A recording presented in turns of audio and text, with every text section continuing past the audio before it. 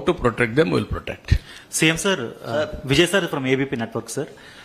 రెండు question sir. ఒకటి political గా మీ విజన్ ఇప్పుడు అలాగే ఉంది. 2014 ఆ టైంలో ఎలా ఉందో అమరావతికి సంబంధించి ఇప్పుడు అలాగే ఉంది. కాకపోతే ఆ టైంలో మీకు ఎదురుదెబ్బ తగిలింది ఎలక్షన్స్ లో. అంటే మిగతా ప్రాంతాల్లో వదిలేయండి, ఎక్కడైతే మీరు డెవలప్ చేయాలనుకున్నారో ఇక్కడే మీకు పార్టీ ఎదురుదెబ్బ తగిలింది. కానీ 5 ఏళ్ళు గడిచేసరికి ఒక ట్రెమెండస్ విక్టరీ అయితే వాళ్ళు మీకు ఇచ్చారు. అంటే ఈ ట్రాన్సిషన్ ని మీరు ఎలా చూస్తున్నారు? మీ విజన్ ని వాళ్ళు అర్థం చేసుకోలేకపోయారా? రెండో క్వశ్చన్, మళ్ళీ భవిష్యత్తులో ఎప్పుడన్నా ఏదన్నా సుదూరకాలం కావచ్చు, మరొక ముఖ్యమంత్రి ఎవరైనా వచ్చి నేను రాజధాని తీసుకెళ్లి కడపలో పెడతాను, శ్రీకాకుళంలో పెడతాను అనకుండా లీగల్ గా అమరావతి ఏపీకి రాజధాని అన్నట్టు సిమెంట్ చేయడానికి లీగల్ గా ఏదైనా అవకాశం ఉందా? రెండో పాయింట్ ఎగ్జామిన్ చేయాలి.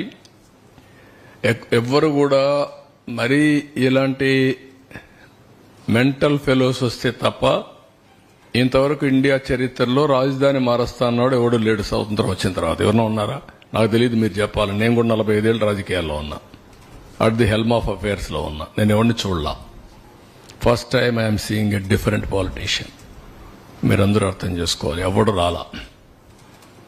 అలాంటి తిక్క వాళ్ళ దగ్గర, పిచ్చోళ్ళ దగ్గర కూడా రాష్ట్రాన్ని కాపాడడానికి ఏం చేయాలో ఆలోచించాలి ఇప్పుడు.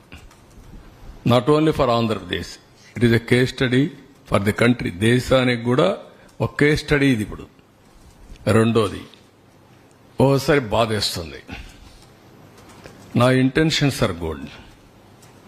ఓసారి నా ఇంటెన్షన్స్ ప్రజలు అర్థం చేసుకునేట్టుగా నేను చెప్పలేకపోవడం కూడా నా తప్పు కావచ్చు. లేకపోతే వాళ్ళు కూడా ఓసారి ఎమోషనల్ గా డిస్టర్బ్ కావచ్చు. అల్టిమేట్ గా రిజల్ట్ ఇస్ సేమ్. నేను సఫర్ అయ్యా, రాష్ట్రం సఫర్ అయింది, అందరం సఫర్ అయ్యాం. హైదరాబాద్ కూడా మీరు ఒకసారి చూస్తే, నేను ఆ రోజు 2004లో కానీ హైదరాబాద్లో కానీ కంటిన్యూ అయింటే ఇంకొక లెవెల్కి వెళ్ళిపోయింది. అది మళ్ళా 10 ఏళ్లు పట్టింది. ఈ రాష్ట్రం కూడా 5 ఏళ్లు కానీ కంటిన్యూ అయింటే కంటిన్యూటీ ఆల్వేస్ క్విక్ రిటర్న్స్ వస్తాయి, ఫాస్ట్ గ్రోత్ వస్తుంది, బెటర్ ఎకానమీ ఎస్టాబ్లిష్ అవుతుంది.